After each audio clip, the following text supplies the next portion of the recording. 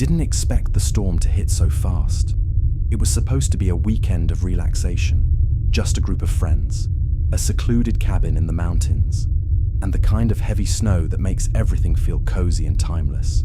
But by the time we were settled in and the fire crackling, the wind had picked up.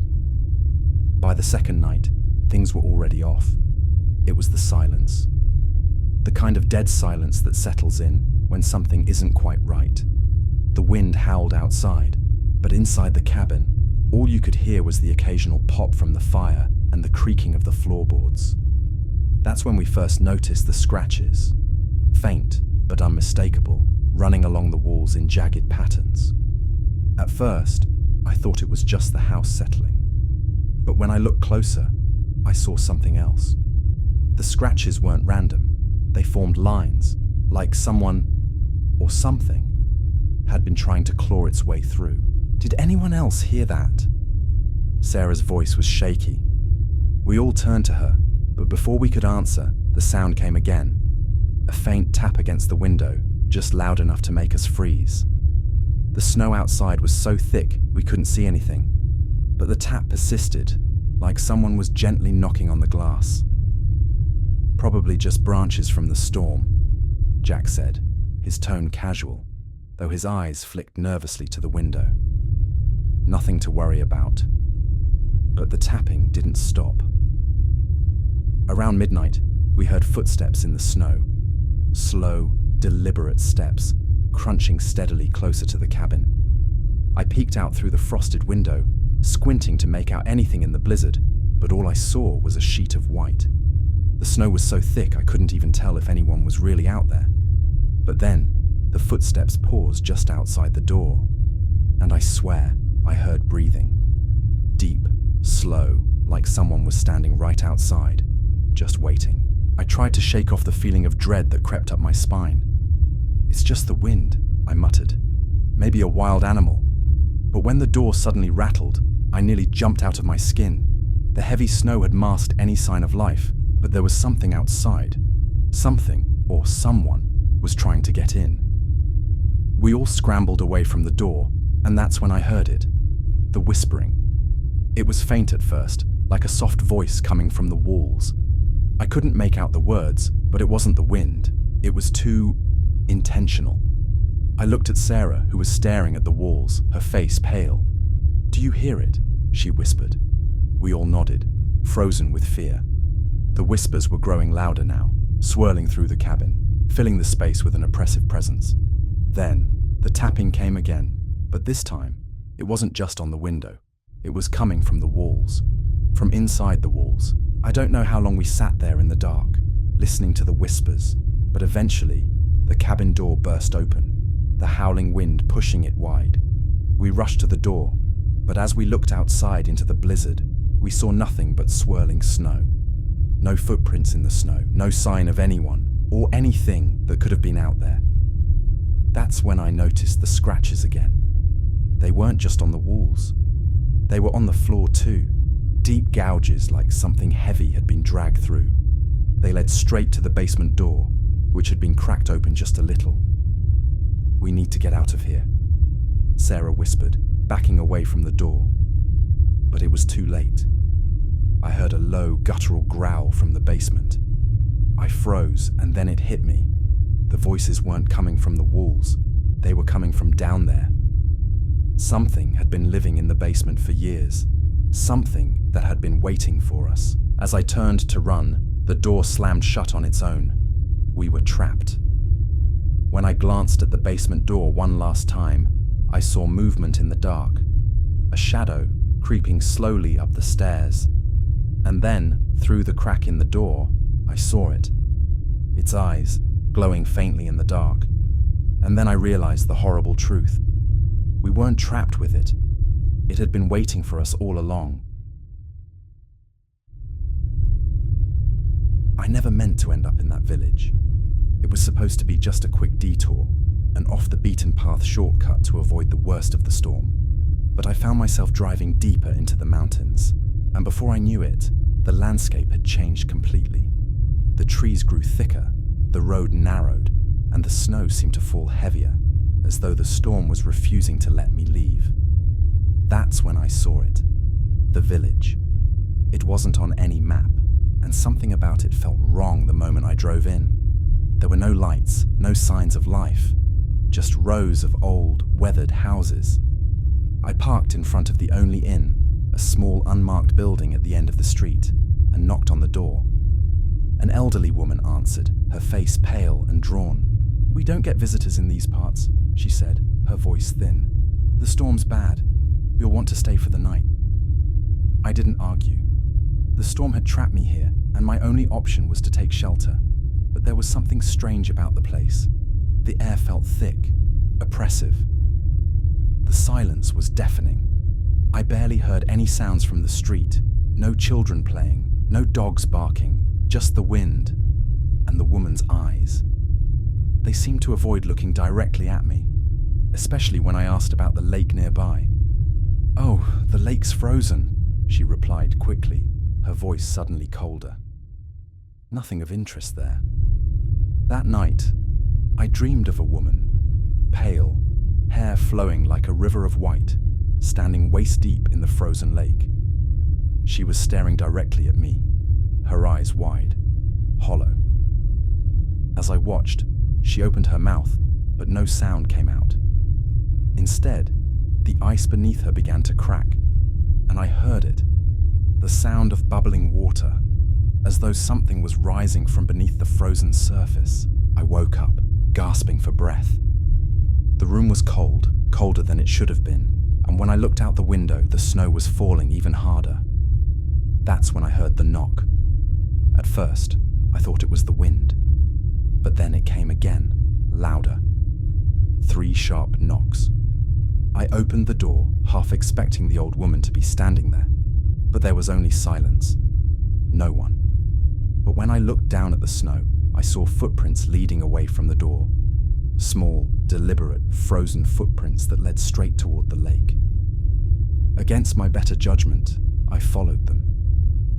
The wind had died down, and the snow seemed to have stopped falling, leaving an eerie quiet in its wake. The lake, which had been frozen solid when I arrived, was now covered with a thick layer of frost, and the ice was strangely clear. As I stepped closer, I saw something beneath the surface. Movement. A figure, moving slowly under the ice. I couldn't help myself. I reached for the edge of the ice, but before I could touch it, a hand shot up from beneath the surface, gripping my wrist with a strength that made my blood run cold. I tried to scream, but the ice cracked. The lake began to shift, breaking apart as the woman from my dreams, pale and ghostly, pulled herself from the depths. Her skin was translucent, her eyes wide, unblinking. "You shouldn't have come," she whispered, her voice like ice scraping against metal. As she pulled me down, I realized the village wasn't a place. It was a trap. The storm hadn't trapped me here. The village had. It was built on the lake's cursed ground, and every year it took someone new. And then I knew. The villagers weren't trying to avoid the truth. They were waiting for it to claim me next. 5. The icebound hiker, I had always loved hiking in the winter. The crisp air, the solitude, and the silence. It was peaceful in a way nothing else could match. The snow-covered mountains were untouched, the trails quiet, except for the sound of my boots crunching the snow beneath me. It was a perfect escape from the noise of everyday life. But that winter was different. It was early December, and the weather forecast predicted mild snow flurries. I thought I had enough time to finish the trail before the storm hit. I was wrong. By the time I reached the halfway point of the hike, the snow started coming down harder, swirling in thick gusts that made it hard to see more than a few feet ahead. The trail had become a white blur, and I realized I wasn't going to make it back before dark. The temperature dropped rapidly, and I was starting to get that feeling, like something wasn't quite right. The trees, normally so full of life, seemed to be closing in on me, their limbs weighed down by the heavy snow. It was unnervingly quiet, and then I saw it. A small, dilapidated cabin stood just off the trail, barely visible through the heavy snow. It looked abandoned, but it was the only shelter around, and I knew I wasn't going to make it much further. I approached cautiously, knocking on the door just in case, though I wasn't expecting anyone to be inside. When no answer came, I pushed the door open and stepped inside. The warmth hit me immediately. A small, flickering fire burning in the hearth, a wooden chair by the fire with a coat draped over it, and the smell of old pine and something faintly musty. I closed the door behind me, shaking off the cold, and walked deeper into the cabin. At first, I thought it was just an abandoned shelter, nothing more than a forgotten hiker's refuge. But there was something wrong with the place. The walls were lined with strange carvings, symbols I didn't recognize, etched into the wood like they'd been there for centuries. The furniture was old, worn down, but somehow it all seemed too untouched, like it had been left for someone to find, waiting. As I settled down by the fire, the wind howling outside, I noticed something odd in the corner of the room. A mannequin sitting upright in a chair, facing the fire. Its hands were placed neatly on its lap, its body perfectly still, and its eyes, lifelike and glassy, stared out into the room as if waiting for someone. At first, I thought it was just some kind of strange decoration, left behind by whoever used to live here. But there was something about it, something unsettling. The way it sat so perfectly still, the faint sheen of its eyes, and the fact that it was facing the fire like it was watching me. I tried to push it out of my mind. After all, it was just a mannequin, right? The storm outside picked up, snow slammed against the windows, and the wind howled like a living thing. It was cold, but I couldn't stop staring at the mannequin. I felt like its glassy eyes were following me, tracking every movement. I told myself it was just the isolation getting to me. The cabin was probably giving me the creeps. But then I heard it, a faint creaking sound, soft at first, like something moving. I glanced at the mannequin again. It hadn't moved. I looked back to the fire, but I couldn't shake the feeling that I wasn't alone in the room. I turned around quickly. The mannequin was still there, but something was different. Its head was turned slightly, just enough that it was facing me. My heart skipped a beat. I didn't know how long I sat frozen, staring at it. But when I finally moved, I noticed something on the table next to me. An old, fraying book. Its pages yellowed and cracked.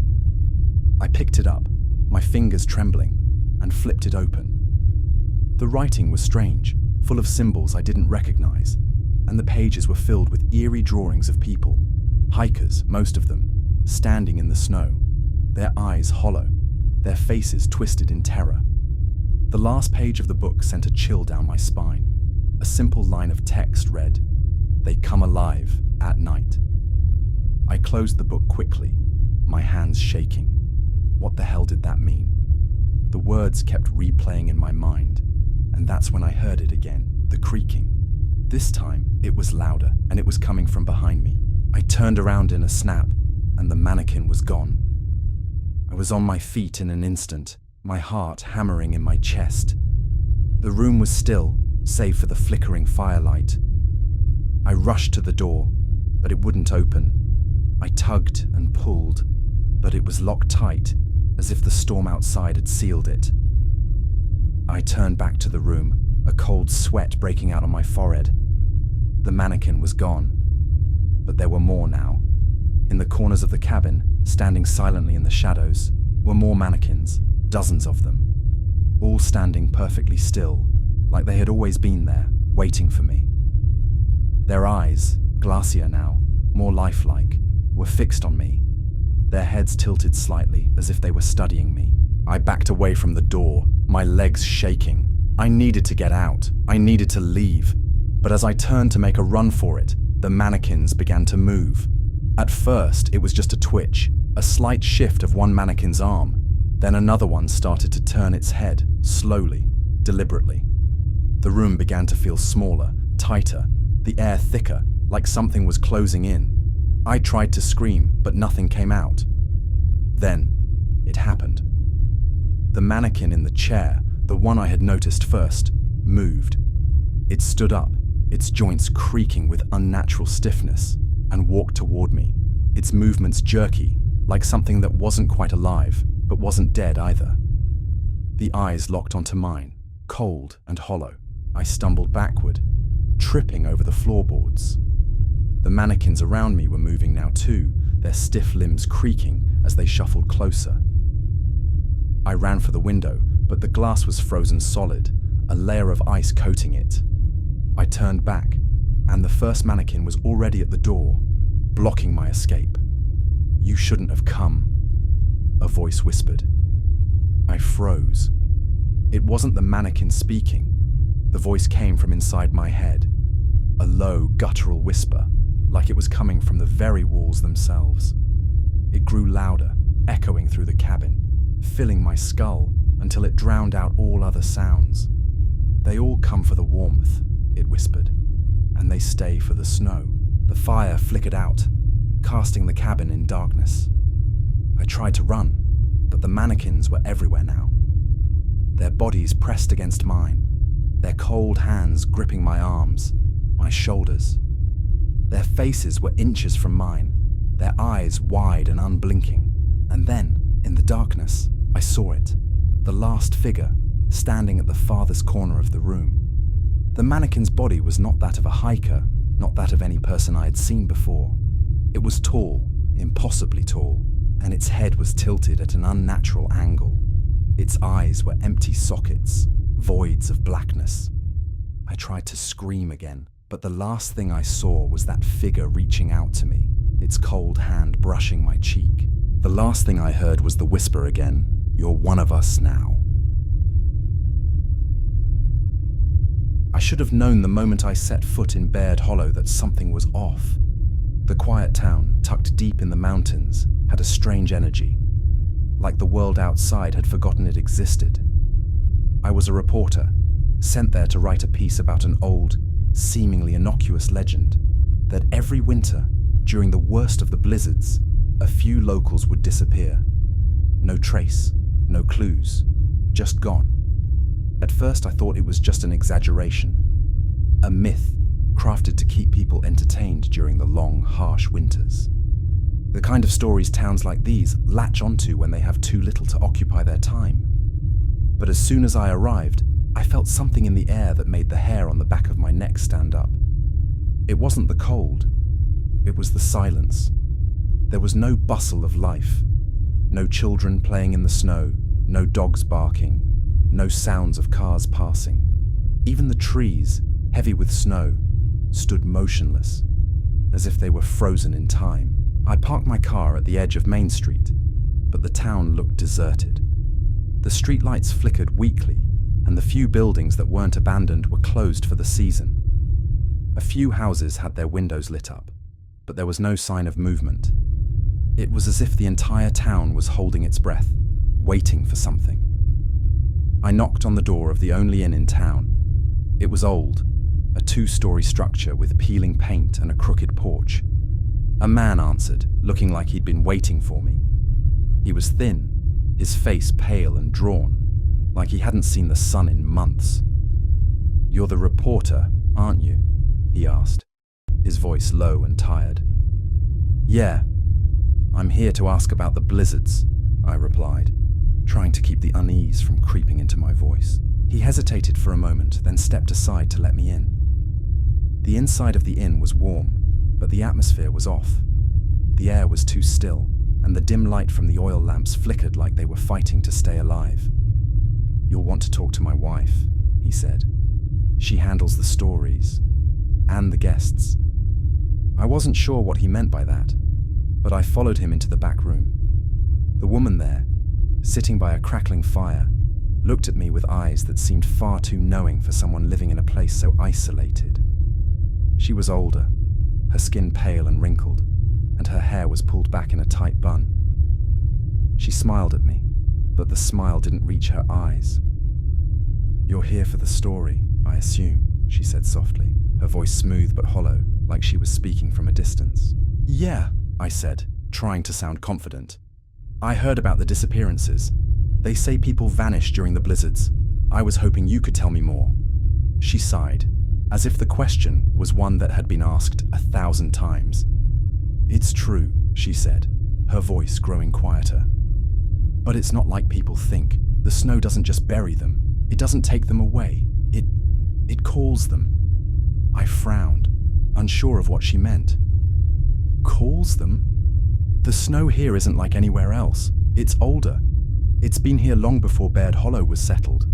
The storms aren't just storms. They're a warning." She paused, her eyes darting to the window, where the wind outside howled like something hungry. "And they're coming, just like they always do." I had no idea what she was talking about, but there was something in her words, in the way she looked at me, that sent a cold shiver through my spine. "The blizzards are..." I started to say, but she cut me off with a wave. "You'll see. You'll understand when it happens. Everyone does. The storm changes things. It wakes them up." Before I could ask her what she meant, the door of the inn banged open with a violent gust of wind. I turned quickly, but there was no one there. The door slammed shut, and the woman seemed to exhale, almost as if she had been waiting for it.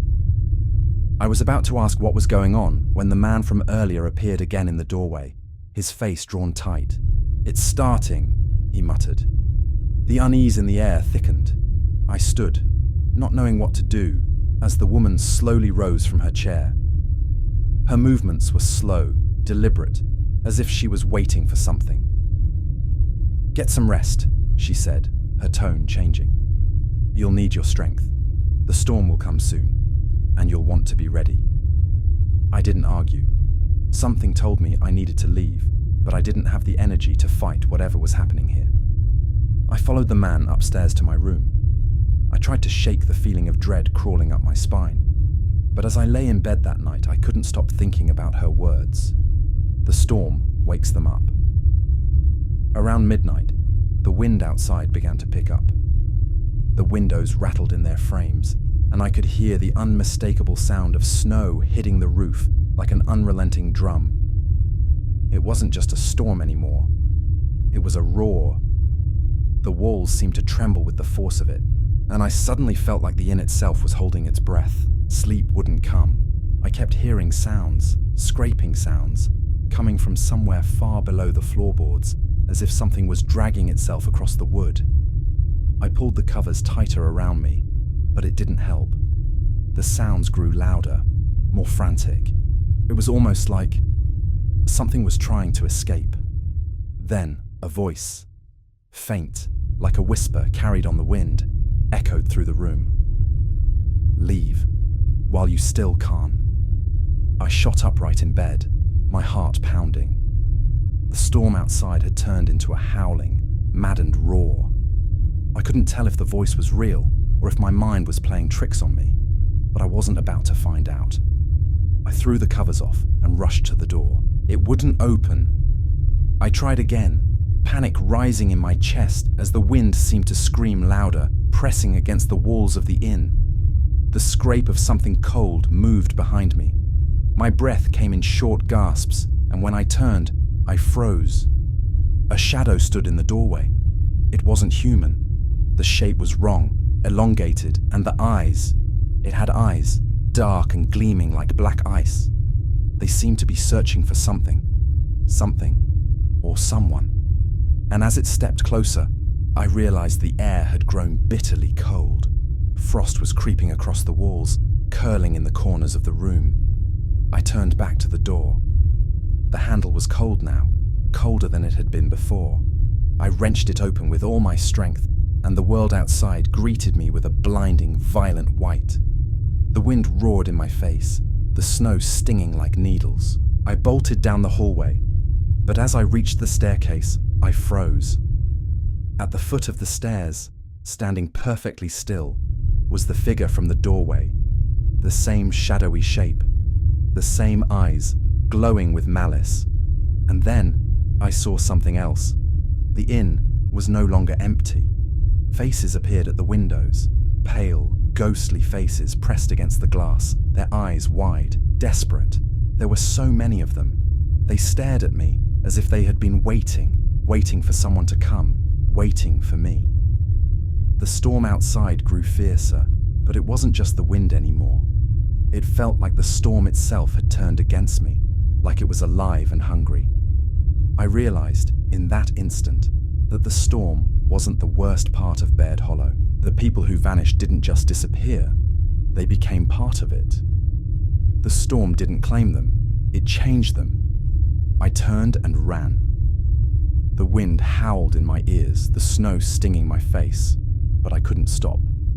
I couldn't breathe. I couldn't think. I made it outside, only to be greeted by the terrifying realization that I wasn't alone.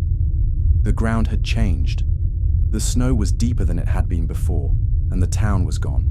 The houses, the streets, everything had vanished under an endless field of white. I was standing in the middle of a vast, unbroken sea of snow, and then I heard the voice again. "You should have left." I looked around, frantically searching for any sign of the inn, but it was gone, just like the others. And behind me, I heard the crunching of footsteps in the snow. I wasn't alone, and I wasn't getting out. It was supposed to be the perfect winter getaway. I'd booked a cabin by the lake months in advance, needing a break from the stress of work, my mind constantly racing from deadlines and meetings. I wanted silence, peace, and snow-covered woods, the kind of place that promised solitude and escape. I found just that in Willow Lake, a remote, untouched little paradise nestled deep in the woods, far from the distractions of the modern world. When I arrived, the silence hit me first. The moment I stepped out of my car, the air was thick with it. There were no birds, no distant sounds of traffic, not even the wind rustling through the trees, just an unnatural, suffocating quiet. I shook it off as part of the charm of the place. The cabin was rustic, charming even. A small stone fireplace, wood-beamed ceilings, and a large window overlooking the frozen lake. It was perfect, and I quickly unpacked, eager to relax. I lit a fire, opened a book, and settled into the quiet. The kind of quiet that lets your mind wander, but never fully relax. That night, I tried to sleep, but the silence was unsettling. It felt like the whole world was holding its breath. Outside, the snow fell heavily, a blanket of white that obscured everything beyond the window. The lake was a smooth, frozen sheet of ice, the kind of silence that you only get in places where the world seems to forget you exist. Around midnight, I woke with a start, a noise, soft but unmistakable. I sat up in bed, my ears straining. It was faint, but I could hear something, like tapping on the window. Not the wind, no. This was something more deliberate, a soft rhythmic tap. Tap, tap. I froze, staring at the window, my heart pounding. The window was fogged from the warmth inside, but I could make out the shape of something moving just outside, a shadow against the pale snow. A figure. I bolted out of bed, grabbing my flashlight from the bedside table, my breath coming in short bursts as I hurried toward the window. The tapping stopped as soon as I approached. I opened the blinds slowly, every part of me screaming not to look, but I had to. Nothing. The lake was still, the snow now falling in thick flakes. No footprints in the snow, no sign of anyone. But the air outside seemed wrong. It felt heavy, like the night had become oppressive, a weight pressing down on the world. I backed away from the window, heart still racing. Maybe it had been a branch tapping against the glass. Maybe it was just the wind playing tricks on me. I tried to convince myself, but the unease still gnawed at me. I checked the locks on the door, double-checked the windows, and went back to bed, but sleep never came. In the morning, the strange feeling was still there. I couldn't shake the thought of the tapping. I decided to go for a walk around the lake to clear my head. The snow had stopped falling and the sun had come out, bathing everything in a dull, cold light. The lake was breathtaking, like something out of a postcard. I walked along the shore, the crunch of snow under my boots the only sound breaking the silence. As I walked, I noticed something strange on the ice, a set of footprints, a single set, leading out toward the middle of the frozen lake. I stopped, staring at them. The footprints were deep, as if someone heavy had walked out there, but there were no other prints, no sign of anyone walking back. I debated calling it in. Should I tell someone? It was weird, sure, but it wasn't impossible for someone to have been out here earlier, maybe just walking on the lake. Yet something about it felt wrong. It felt like I wasn't supposed to be here, like the lake was warning me. Still, curiosity gnawed at me. I found myself walking out toward the middle of the lake, my feet crunching through the snow. The footprints led straight to the center, where they suddenly stopped. No one had turned back, no sign of struggle, just nothing. I looked down at the lake's surface. The ice was thick, but I couldn't shake the feeling that something was off. I knelt down, placing my hand against the ice. It was cold, but too cold. The ice felt wrong. There was an unnatural chill to it, something deeper than the air around me. I pulled my hand away quickly, feeling a chill that wasn't from the weather. That's when I heard it. A faint whisper, barely audible, like it was coming from beneath the ice. A low, eerie hum that vibrated through the ground, as though something was trapped down there, calling out. My heart skipped a beat. I backed away from the ice, my legs suddenly shaky, and then, just as I turned to leave, I saw something on the far side of the lake. A figure, a silhouette, standing on the far shore. A man, or at least the shape of a man. His posture was stiff, unnatural.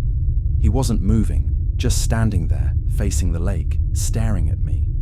I froze, staring at him, but then something made my blood run cold. I realized the man wasn't wearing a winter coat. He wasn't wearing anything at all, just bare skin, pale as bone, his body unnaturally still.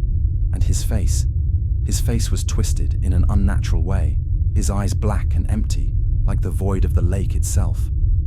I turned and ran, my breath coming in panicked gasps, my feet slipping in the snow. I didn't look back. The figure was still standing there when I reached the cabin, but I couldn't bring myself to look again. I slammed the door behind me, bolting it, and collapsed against the wooden panels. The tapping started again that night, but this time, it wasn't just tapping, it was a pounding, a slow, deliberate thud on the door, then against the window. I didn't know what to do. I stayed up all night, heart hammering in my chest, barely able to breathe. The pounding continued, relentless. And then, as the night grew darker, I heard something worse. A voice. Quiet at first, but unmistakable. Come outside. It was a whisper, but it sounded like it was coming from beneath the floorboards. The voice was deep, guttural, like something ancient was trying to speak, trying to lure me out. I grabbed my things, rushed out of the cabin, and drove away as fast as I could, my hands shaking so violently I could barely grip the steering wheel. The snow had stopped, but the silence remained, as if it was waiting for me to make a mistake. When I finally reached the nearest town, I stopped at the first gas station I could find. I asked the clerk about Willow Lake, about the cabin I stayed in. He looked at me like I was crazy. "You don't know," he said, his voice low, almost a whisper. "Nobody's supposed to go out there. Not anymore." I blinked, confused. "What do you mean?" "That lake, it's cursed," he said. "The town used to have a settlement by it, but it was abandoned after the disappearances. Every few years someone new shows up, thinking they can get away from it all. But you never leave Willow Lake, not if you hear the whispers."